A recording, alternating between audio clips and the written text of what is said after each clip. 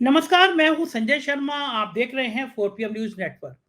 आप भी इस बात से सहमत होंगे कि कुछ दिन पहले ही प्रधानमंत्री ने कहा वन नेशन वन इलेक्शन, और प्रधानमंत्री जी अपनी बात से मुकर गए। डिक्लेयर हो गया कि साहब हरियाणा में चुनाव होगा, कश्मीर में होगा। महाराष्ट्र में चुनाव कराने की हिम्मत नहीं पड़ रही भारतीय जनता पार्टी की। दरअसल महाराष्ट्र में मामला बड़ा उलझ गया है। बीजेपी की हालत बहुत खराब है। भारतीय जनता पार्टी को लग रहा है कि अगर इस बार चुनाव हो गए, इस समय चुनाव हो गए, तो शायद अब तक की सबसे बड़ी हार का सामना करना पड़ सकता है। वरना बड़ा बेहतर होता हरियाणा, कश्मीर, झारखंड, महाराष्ट्र चारों के चुनाव एक साथ करा दिए जाते। मैं रोज बात करता हूँ अभय द्विवेदी जी के साथ, उनका संग शो करता हूँ, जाने माने पत्रकार हैं, एबीपी चैनल पे आप लोग देखते हैं। उनका कहना है कि प्रधानमंत्री जी सिर्फ वन नेशन वन इलेक्शन पे भी लफाजी करते हैं, जैसे और सब बातों के ख्याली पुलाव होते हैं, ये भी उनका एक ख्याली पुलाव है। वो शानदार बातचीत की, अभी मैं सुनवाता हूँ अभय द्विवेदी जी से। उससे पहले एक रिक्वेस्ट आपसे, 4 PM म्यूजिक में आप लोगों ने कमाल कर दिया। हफ्ता भर बीता नहीं कि 10,000 सब्सक्राइबर हो गए। ये चैनल हम लोगों के सपनों का चैनल है। इसके 2 गाने हमने रिलीज किए, दोनों बड़े हिट रहे। हम चाहते हैं कि दूर दराज इलाके के कोई कोई गांव के, देहात के, अगर आप मजदूर, रिक्शा चला रहा, कोई भी गरीब आदमी अच्छा गाना गा रहा हो तो उसकी डिटेल हमें भेजिए। उसका नंबर, फोन नंबर हो सके वो भेजिए। हम उन लोगों के गाने भी अपने 4 PM म्यूजिक पे लॉन्च करेंगे। ये उसका लोगो है, आप देख लीजिए 4 PM म्यूजिक। आपने सब्सक्राइब नहीं किया हो तो जरूर करिएगा। चलते हैं अब अभय द्विवेदी जी के पास। चैनल को ज्वाइन और सब्सक्राइब करना ना भूलें। 4 PM न्यूज नेटवर्क में स्वागत है अभय द्विवेदी जी। अभी 2 दिन पहले प्रधानमंत्री जी कह रहे थे कि वन नेशन वन इलेक्शन, बड़ी बड़ी घोषणाएं कर रही थी कि सारे देश में एक साथ चुनाव हो। लेकिन इधर हरियाणा का चुनाव शुरू होगा, महाराष्ट्र के नाम पर इतनी हालत पतली है। पता है कि बीजेपी की महाराष्ट्र में वो बैंड बज रही है, लेकिन कब तक टाल सकते हैं? चुनाव तो कराने पड़ेंगे। या महाराष्ट्र में जिस तरह महाराष्ट्र की नगर पंचायतों के, बीएमसी के चुनाव नहीं कराए जा रहे हैं, उसी तरह मान लिया कि हम भाई विधानसभा चुनाव भी नहीं कराएंगे। क्या ये देश में एक नया चलन शुरू होने जा रहा है कि हम चुनाव नहीं कराएंगे? वरना हरियाणा के साथ महाराष्ट्र भी था, झारखंड भी कुछ ही टाइम बाद है। जब आप वन नेशन वन इलेक्शन की तरफ बढ़ रहे हैं तो कश्मीर, हरियाणा, महाराष्ट्र, झारखंड सब पर आना चाहिए था एक साथ। ये डर, ये बेचैनी, ये परेशानी हमारे इतने बड़े प्राइम मिनिस्टर को आकर होके हुई है। अब ये तो मान ही सकते कि साहब निर्वाचन आयोग करेगा, हमारा इसमें क्या लेना देना। निर्वाचन आयोग की भूमिका तो गांधी जी के 3 बंदरों जैसी है। इसको दिखता नहीं है, जो बोल नहीं सकता, इसको सुनाई नहीं पड़ सकता। आपका क्या मानना है कि क्या रणनीति है? महाराष्ट्र के नाम पर इतनी हवा खराब क्यों है बीजेपी की? देखिए संजय जी, कभी कभी आप जाने अनजाने मोदी जी को खुश भी कर देते हैं। जैसे अभी आपने बोल दिया कि वो देश जो है वो ए वन नेशन वन इलेक्शन की तरफ बढ़ रहा है। कहाँ बढ़ रहा है? अगर देश वन नेशन वन इलेक्शन की तरफ बढ़ता होता तो लोकसभा चुनाव के साथ ही कई विधानसभाओं के चुनाव करा दिए जाते। भाई आंध्रा के और आंध्र प्रदेश के और उड़ीसा के चुनाव तो वहां पे हो ही रहे थे उसके साथ में। भारतीय जनता पार्टी अगर चाहती, क्यों इसी साल जिन विधानसभाओं के चुनाव होने वाले थे उनको लोकसभा के चुनाव के साथ क्यों नहीं कराया जा सकता था? भाई हो सकता है हेमंत सोरेन इस्तीफा देने से इनकार कर देते, लेकिन जो यहाँ भाजपा की सरकार है वो लोग तो इस्तीफा, उन लोगों से तो मोदी जी इस्तीफा ले सकते थे। वो हरियाणा सरकार का इस्तीफा ले सकते थे, वो महाराष्ट्र सरकार का इस्तीफा ले सकते थे, और वो जम्मू कश्मीर का चुनाव तो करा ही सकते थे, क्योंकि सुप्रीम कोर्ट ने तो अपने ऑर्डर में कह ही दिया कि भाई सितंबर से पहले, 30 सितंबर से पहले आपको चुनाव कराने हैं। तो अगर वन नेशन वन इलेक्शन की तरफ बढ़ने का कोई भी इरादा इनका होता तो लोकसभा चुनाव में केवल लोकसभा के साथ 2 विधानसभाओं को ही चुनाव नहीं होते, बल्कि 5 6 6 विधानसभाओं के चुनाव होते। इसमें कश्मीर की विधानसभा भी शामिल होती। लेकिन सबसे पहले तो अपने इस तथाकथित संकल्प का उल्लंघन खुद मोदी जी ने और चुनाव आयोग ने लोकसभा चुनाव के दौरान किया। अब जब विधानसभा चुनाव का नंबर आया तो फिर से कर दिया इसी काम को। देखिए, है क्या कि भाजपा को लगता है कि इन चुनावों में हमारी बुरी गत होने वाली है, हम ये चुनाव हार सकते हैं, और थोड़े बहुत नहीं, बुरी तरह हार सकते हैं। उनके खिलाफ एंटी इनकम्बेंसी बहुत है। महाराष्ट्र में बहुत एंटी इनकम्बेंसी है, पता चल रहा है झारखंड में भी एंटी इनकम्बेंसी है, और हरियाणा में तो एंटी इनकम्बेंसी की कोई सीमा ही नहीं है। तो अगर सारे चुनाव एक साथ होंगे और एक साथ ही अगर चुनाव हारेंगे तो इनकी बहुत बुरी गति होगी। इसलिए ये मतलब धीरे केवल धीरे धीरे चुनाव आयोग की मदद से ये किश्तों में चुनाव हारना चाहते हैं, ताकि जो जो पराजय का इम्पैक्ट हो वो न्यूनतम, जितना न्यूनतम कर सकें उतना पराजय का इम्पैक्ट न्यूनतम करें। इसके अलावा इसके पीछे कोई हथकंडा नहीं है। और इसने हुआ यह है कि ये सब अपना नुकसान बचाने के चक्कर में लफाजी को एक नया नाम मिल गया है जिसका नाम है नरेंद्र मोदी। लफाजी का नया नाम है नरेंद्र मोदी।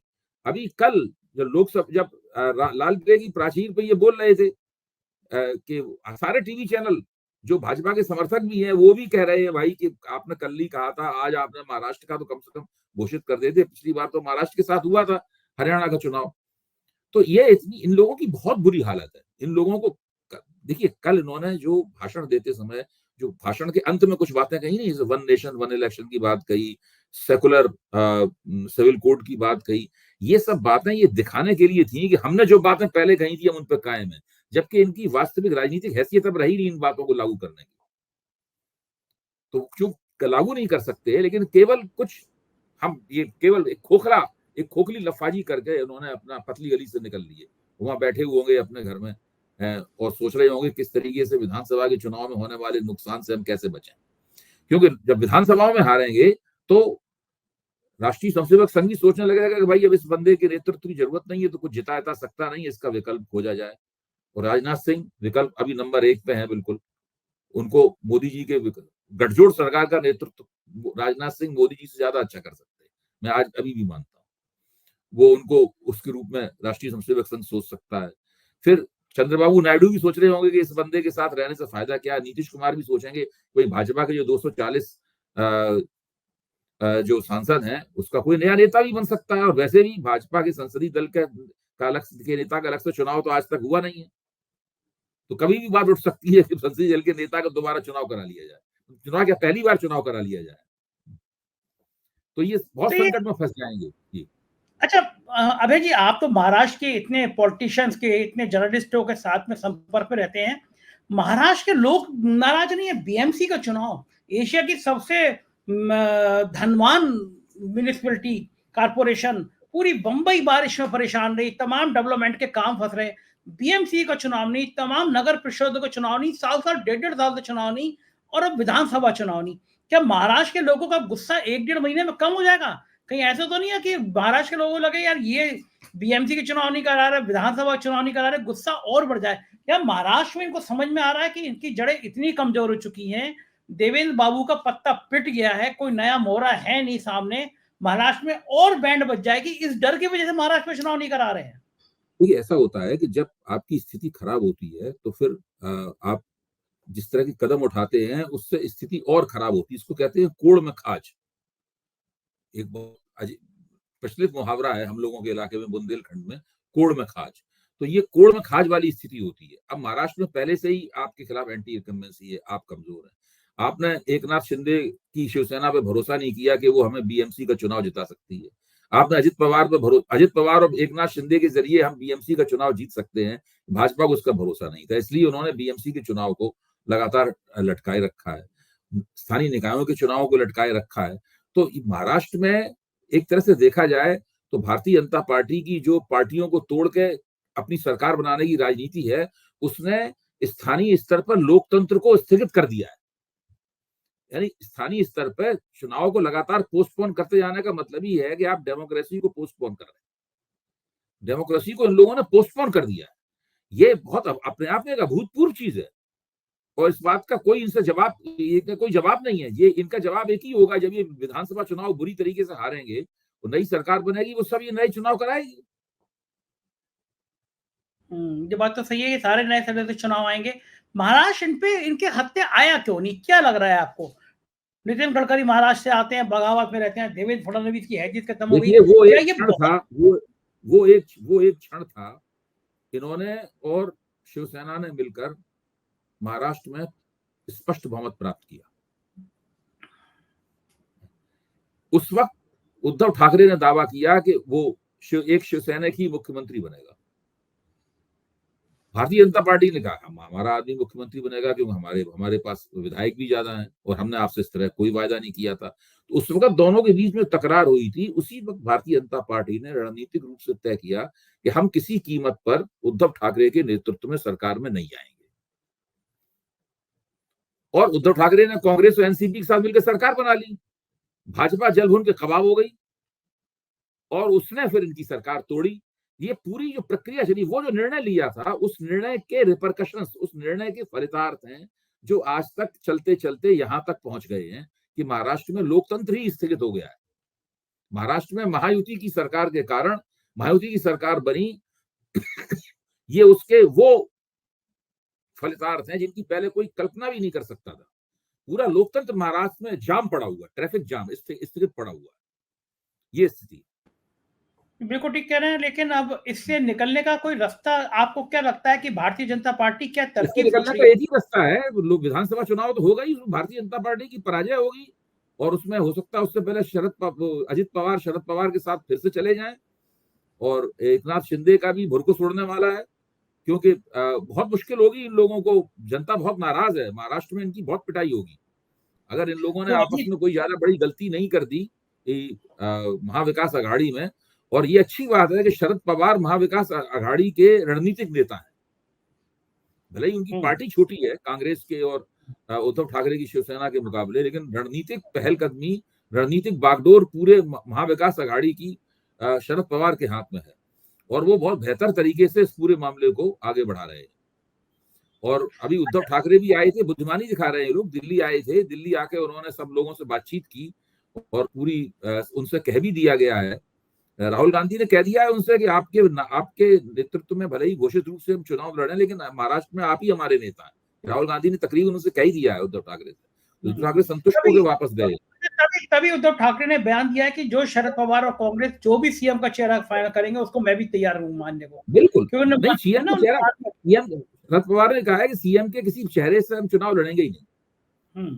बाद में खड़गे वगैरह ने उनसे कहा कि अगर देखिए अगर महायुति की कोई चेहरा वगैरह पेश करती है तो चेहरे के बारे में सोचेंगे, अभी चेहरे के बारे में सोचने की कोई जरूरत नहीं है। तो लेकिन जहां तक रणनीतिक पेशबंदी का सवाल है, महागठबंधन जो महाविकास अघाड़ी जो है ना, वो सही किस्म की पेशबंदी कर रही है। अच्छा, वो मुझे तो बड़ा भतीजे में बड़ा तरस आता है अभय जी, बेचारा भतीजा कहीं का नहीं रहा। अजीत पवार ने बयान दिया कि मुझसे गलती हुई, बहन के खिलाफ पत्नी को नहीं लड़ाना चाहिए था। अब तो उन्होंने कह दिया कि जाति जनगणना बिल्कुल ठीक है, यानी इंडिया गठबंधन की जो मांग थी अजीत पवार उसका भी समर्थन कर दिया। यानी अजीत पवार का जो राजनीतिक कौशल है, जिसके बारे में लोग बहुत बड़ी बड़ी बातें करते थे, इनके अंदर क्या है कि महत्वाकांक्षा तो बहुत है। ये महाराष्ट्र के मुख्यमंत्री बनना चाहते हैं, महत्वाकांक्षा बहुत है। महाराष्ट्र के मुख्यमंत्री ये बन नहीं सकते थे उद्धव ठाकरे के साथ और कांग्रेस के साथ रहकर। तो और राजनीतिक कुशलता है नहीं, धैर्य है नहीं, बहुत छोटे इलाके में ही इनकी शक्ति है। लोकसभा चुनाव में और भी पोल खुल गई है, तो अब इनको इनके सामने वहां पर रहेंगे भी नहीं। कुल मिला के फिर से शरद पवार के साथ लौट जाएंगे और अभी शरद पवार के नेतृत्व में काम कर रहे हैं, आगे जाकर ये सुप्रिया सुले के नेतृत्व में काम करेंगे। ये नंबर 1 पे कभी नहीं पहुंच पाएंगे। इन्होंने नंबर 1 पे पहुंचने के लिए अपनी जड़ें खुद ही काट दी। जम्मू कश्मीर में लगभग 90 अफसरों के तबादले कर दिए। मतलब चुनाव आयोग की ये डिक्लेयर हो उससे पहले, कुछ घंटे पहले, एक दिन पहले 90 अफसरों को IAS IPS को ट्रांसफर कर दिया। ये तो साफ साफ दिख रहा है कि भाई तुम्हें पता था कि चुनाव आयोग डेट डिक्लेयर करने जा रहा है, तब पूरा कश्मीर को तुम चेंज कर दे रहे हो।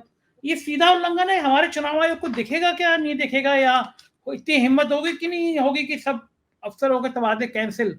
ये कैसी मनमानी है? नेशनल कॉन्फ्रेंस ने इसके ऊपर बहुत सख्त आपत्ति की है और चुनाव आयोग को उन्होंने कहा भी है कि ये गलत हो रहा है, ये उचित नहीं है। चुनाव आयोग ने जवाब ये दिया है कि हम अगर कोई अफसर गड़बड़ी करता है तो हम उसको हटा देंगे।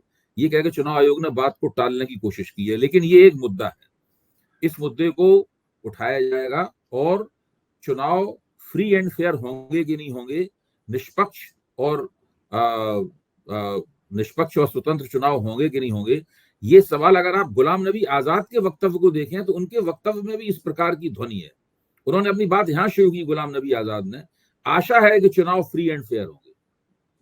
आशा है कि चुनाव फ्री एंड फेयर होंगे। आप सोचिए, गुलाम नबी आजाद जैसा परिपक्व नेता जिसके प्रधानमंत्री नरेंद्र मोदी से बहुत निजी तौर पे अच्छे संबंध हैं, दोनों कहते हैं कि हमारे बीच में बहुत मित्रता है, वो व्यक्ति भी कह रहा है कि आशा है कि चुनाव फ्री एंड फेयर होंगे। उसे भी चुनाव आयोग के ऊपर पूरा विश्वास नहीं है।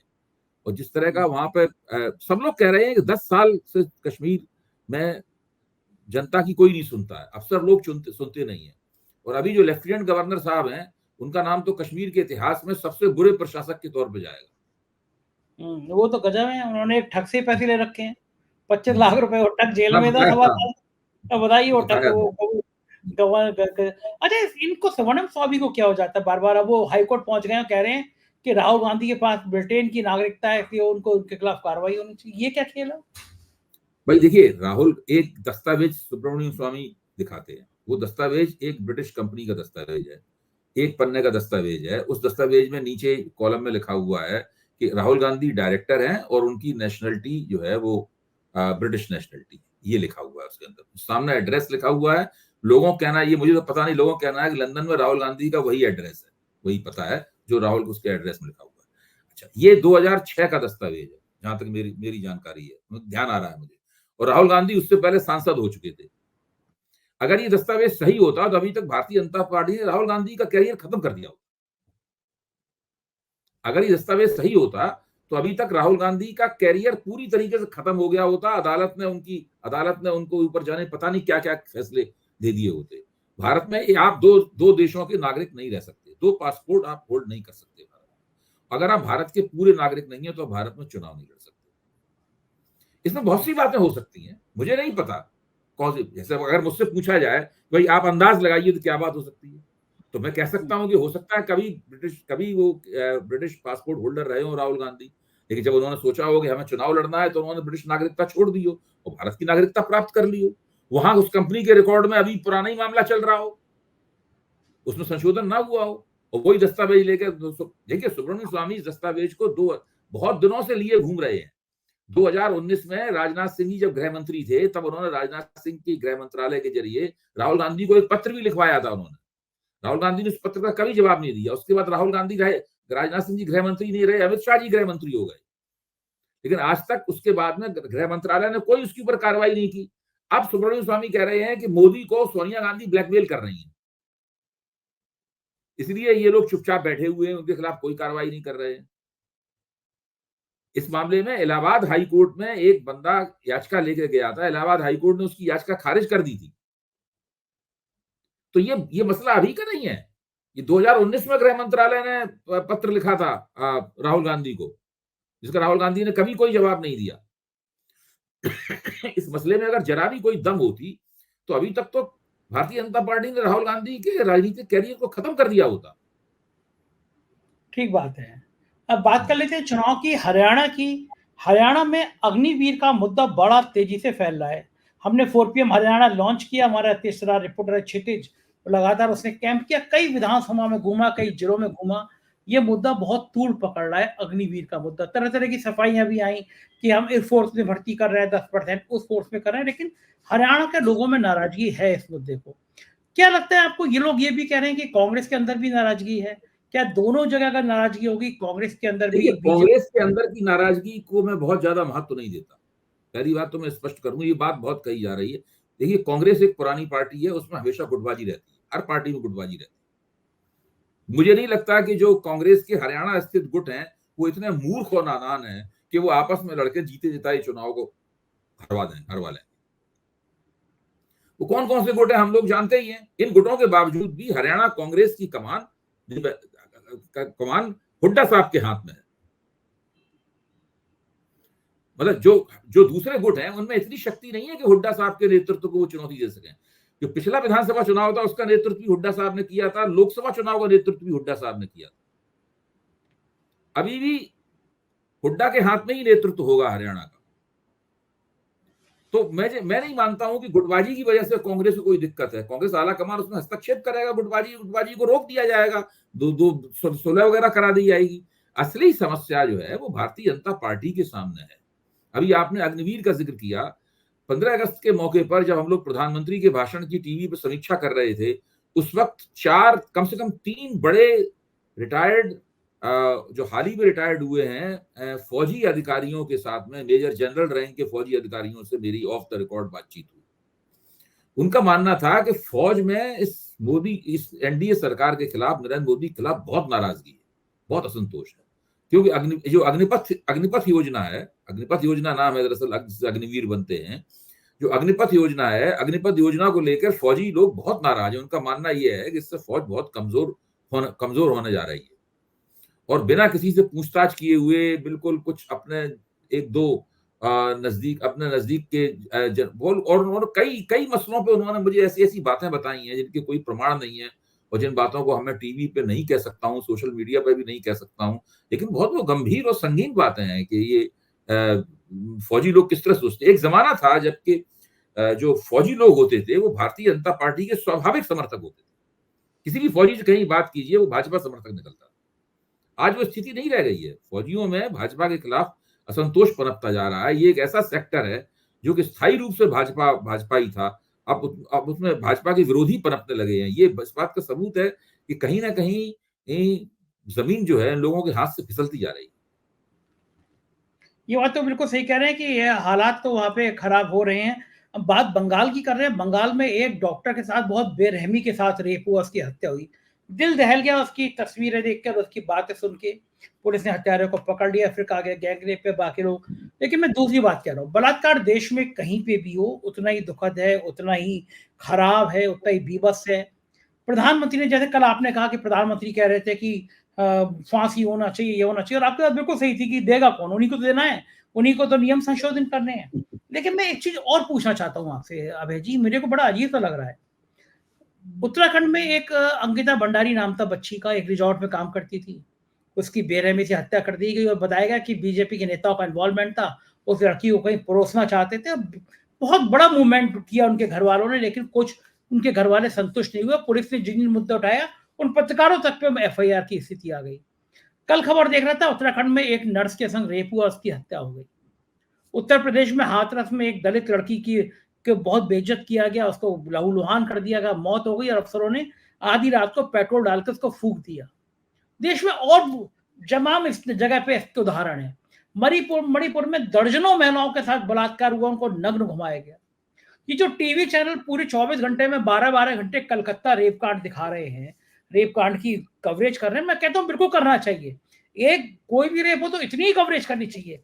लेकिन इन टीवी चैनलों को मणिपुर में क्या हो गया था? मणिपुर का मान नहीं आया। किसी की हिम्मत नहीं होती प्रधानमंत्री से पूछे कि आप लाल किले पे एक डॉक्टर के लिए कह रहे हो, बहुत अच्छी बात है, आपने कहा दर्द महसूस किया। लेकिन मणिपुर की वो दर्जनों महिलाएं जिनको नग्न घुमा के घुमाया गया, जिनके साथ बलात्कार किया गया, वो महिलाएं नहीं है क्या? उनका अस्तित्व के सवाल नहीं है, उनके अस्तित्व का सवाल नहीं है? ये देश में लोग क्यों नहीं मीडिया के खिलाफ होते? लोग ये पूछते नहीं कि टीवी चैनलों वालों तुम्हारा चेहरा हम पहचान गए हैं, तुम कलकत्ता इसलिए कर रहे हो क्योंकि ममता बनर्जी है, ममता बनर्जी जगह जड़े नहीं जमाने दे रही। क्या लगता है आपका पूरे घटनाक्रम पे, आपका क्या मानना है? देखिए, ममता बनर्जी की सरकार ने, देखिए ममता बनर्जी एक बहुत ही कामयाब राजनीतिक नेता है। आपने टीवी चैनलों की जो आलोचना की उससे मैं सहमत हूं, लेकिन मैं चाहता हूं कि इस मसले को अभी टीवी चैनलों की आलोचना की तरफ न ले जाकर जो कलकत्ता में हुआ जरा उसके ऊपर हम लोग केंद्रित करें। ममता बनर्जी की राजनीतिक कामयाबी और उनकी जो संघर्ष क्षमता है और उनकी जो टिकने की क्षमता है वो लाजवाब है। उन्होंने भारतीय जनता पार्टी की चुनौती का एक बार नहीं कई बार सफलतापूर्वक मुकाबला किया है, और उनसे ज्यादा शक्तिशाली क्षेत्रीय नेता अगर और कोई है तो शायद स्टालिन ही होंगे, बाकी और कोई है नहीं उनके बराबर शक्तिशाली। लेकिन ममता बनर्जी की का जो सरकार और गवर्नेंस देने का मॉडल है उससे मैं कभी भी सहमत नहीं रहा। मेरा मानना यह है कि वो बहुत अच्छी गवर्नेंस देने वाली मुख्यमंत्री नहीं है। उनकी प्रतिभा उसमें ज्यादा है, राजनीतिक संघर्ष में उनकी प्रतिभा ज्यादा है। अगर वो जितना बंगाल की जनता उन्हें मानती है, जितना वोट देती है, अगर वो चाहती तो वो एक सुंदर शासन का एक नमूना पेश कर सकती थी। अब इस मसले को ही देखिए, इस मसले में लगता नहीं है अब कि कोई ममता बनर्जी की सरकार किसी किस्म का कोई इंसाफ करना चाहती है। अब जैसे ही सीबीआई के पास गया, ममता बनर्जी खुद आंदोलन कर रही है, वो कह रही है फांसी दी जाए, वो धरने पदयात्रा पे निकली हुई है। अरे भाई, आप पदयात्रा पे क्यों निकली हुई है? कोई मतलब ही नहीं है आपके पदयात्रा करने का। मुख्यमंत्री काम पदयात्रा करना थोड़ी ना है। तो वो ये जो ममता बनर्जी ने किया है, देखिए इसमें ममता बनर्जी को नुकसान क्या हो रहा है? ये मामला उनके हाथ से निकल सकता है। बहुत सी बातें होती हैं, ट्रिगर पॉइंट मिल जाता है। बांग्लादेश में क्या हुआ? ट्रिगर पॉइंट मिला आरक्षण की वजह से। बाद में आरक्षण कोई मुद्दा नहीं रहा, लेकिन फिर वो डेमोक्रेटिक डेफिसिट पे आ गया, वो दूसरी बात पे आ गया। जो महिला मतदाता ममता बनर्जी का निष्ठापूर्वक लंबे अरसे साथ दे रहे हैं, वो इस वक्त ममता बनर्जी के खिलाफ आंदोलित हैं। ऐसा नहीं है कि भाजपा ने उनको भड़काया हो, ऐसी बात नहीं है। वो सारी महिलाएं जो कलकत्ता की सड़कों में निकली हुई हैं, वो सब टीएमसी की वोटर हैं उनमें ज्यादा से ज्यादा। लेकिन भाजपा ने उन्हें भड़काया हो, ये ऐसी बात तो बात नहीं है। ठीक ममता बनर्जी है, ने, बिल्कुल सही कह रहे थे। हाँ जी, तो वो ममता बनर्जी जिस तरीके से, जिस स्पष्टता के साथ में, जिस तत्परता के साथ में इस पूरे मसले को संबोधित करना चाहिए था, लोगों को दिखना चाहिए था कि वो इंसाफ करना चाहती हैं, वो उन्होंने नहीं किया। और ये सभी सरकारों का रवैया होता है, कोई भी घटना होती है पहले तो सरकार डिनायल मोड में जाती है, ये ऐसी बात नहीं है। फिर जब नहीं होता फिर उसमें स्पिन देने की कोशिश की जाती है, फिर जो उसमें घटना में शामिल लोग होते हैं उनको बचाने की कोशिश की जाती है, मीडिया को मैनिपुलेट करने की कोशिश की जाती है। यहाँ टीएमसी की सरकार हर तरह का हथकंडा अपनाते हुए दिखती है कलकत्ता में। तो इसमें उनको राजनीतिक नुकसान तो होना ही है अगर उन्होंने ठीक से संभला नहीं। अब उनके जो बड़े वरिष्ठ सांसद हैं वो अभी बयान दे रहे थे टीवी पे। अब उनका बयान क्या था? आंदोलन करने वाले 2 दिन आंदोलन करेंगे, हमारी सरकार तो बहुत दिन तक रहेगी। कितनी खराब बयान है, बहुत ही खराब बयान है ये इस तरह की बात कर रहे हैं। तो इस तरह की बयान देने वालों को बाद में फिर नुकसान होता है। ममता बनर्जी के मामले में बहुत नुकसान हो रहा है, बहुत नुकसान हो रहा है, और इनको एहसास भी है इस बात, इनको एहसास भी है कि नुकसान हो रहा है, इसलिए सड़क पर निकली हुई भी है। बिल्कुल ठीक बात है। बहुत बहुत शुक्रिया अभय जी, आपने इतना समय दिया, हमसे बातचीत की, थैंक यू। तो ये थे अभय दुबे जी और आपने सुनी इनकी सारी बातचीत। मुझको यकीन है बातचीत पसंद आई होगी। याद है ना आपको चैनल को ज्वाइन भी करना है, सब्सक्राइब भी। शुक्रिया, थैंक यू।